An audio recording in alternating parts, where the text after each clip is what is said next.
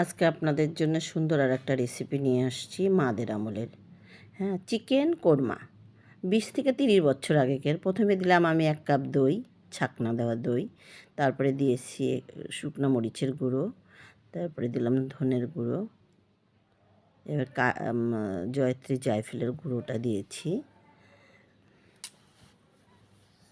তারপরে দিলাম লবণ, পরিমাণ মতো লবণ আর কি। তারপরে আদা রসুন পেস্টটা দিয়ে দিলাম। এবার দিব হচ্ছে দারচিনি কয়েকটা টুকরা, লং, এলাচ, একটা বড় এলাচ আর কি, যেটা বড় এলাচটা বলে, আর ছোটো এলাচ 2-3টা।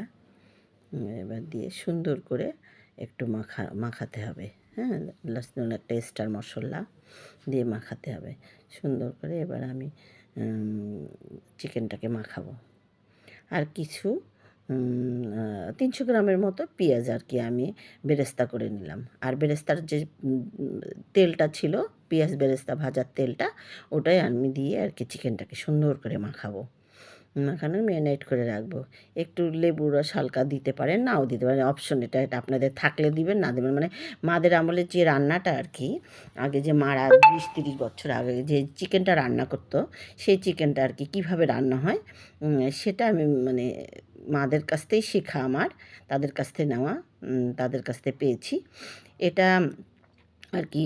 মানে সহজ, খুব সহজ একটা পদ্ধতিতে রান্নাটা হচ্ছে। হ্যাঁ, মানে ঘরে যা আছে তাই দিয়েই করা যাবে, ঘরে যা আছে আর কি।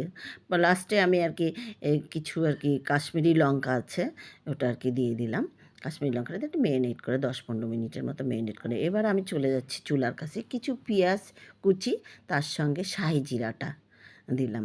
শাহি জিরাটা দিয়ে একটু নাড়াচাড়া করে হালকা একটু ব্রাউন কালারের মতো কিছুটা হয়ে আসলে আমি ম্যারিনেট করা চিকেনটা এবার ছেড়ে দেবো।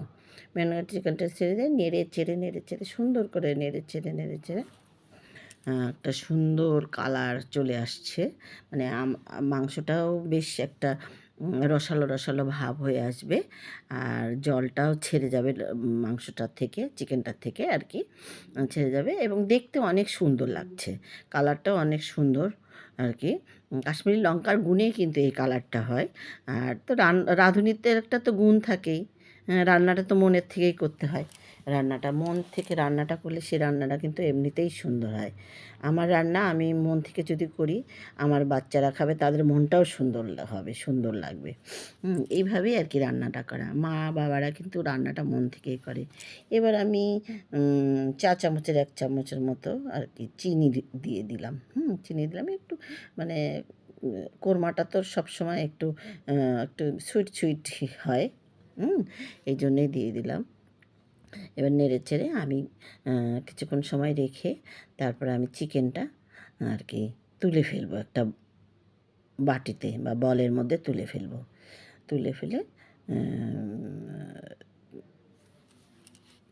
তো তুলে ফেলে তারপরে আমার যে পেঁয়াজ বেরেস্তাটা আছে আর কি, এই পেঁয়াজ বেরেস্তাটা আমি যে মশলা আর কি থাকবে, মাংস লাস্টের মশলা, মাংসটা তোলার পরে যে মশলাটা থাকবে, ওইটার মধ্যে চিকেনের কষা মশলাটা, ওটাতে আমি পেঁয়াজ বেরেস্তাটা 300 গ্রাম যে রেখেছিলাম ওটা আর কি পেস্ট করে নিয়েছি।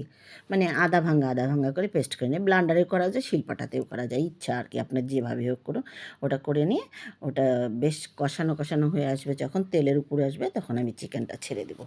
চিকেনটা ছেড়ে দিয়ে এবার চিকেনটা নাড়াচাড়া করে সুন্দর একটা গন্ধ বেরিয়ে আসছে। মানে খুব সুন্দর একটা গন্ধ, সেই মানে একটা ভাজা পেঁয়াজের গন্ধ, খুব ভালো একটা গন্ধ লাগছে। এরপরে আমি কি করব, আপনারা ইচ্ছা করলে কোরমার একটা মশলা কিনতে পাওয়া যায়, সেটাও কিনে নিতে পারেন। আর আপনারা ইচ্ছা করলে নিজেরাই কোরমার মশলাটা, মানে এলাচ কিছু 1 চামচের মতো আমি এটাতে কোরমার মশলাটা 2 চামচ কেওড়া জল দিয়ে দিলাম। 4-5টা ছোটো এলাচ, বড় এলাচ একটা, জয়িত্রী একটু, জয়ফল একটু দিয়ে কোরমার মশলাটা বানাতে হয়। নিয়ে 1 টেবিল চামচ দিয়ে দিলেই হয়ে গেল। তারপরে আমার এবার রান্না প্রায় শেষ, আমি বলে ঢেলে নিয়ে পরিবেশনের জন্য রেডি হয়ে গেলাম। দেখেন মাদের আমলের সে কত সুন্দর 20-30 বছরের কোরমা। এবার 1 টেবিল চামচ ঘি দিয়ে নামিয়ে ফেলতে হবে।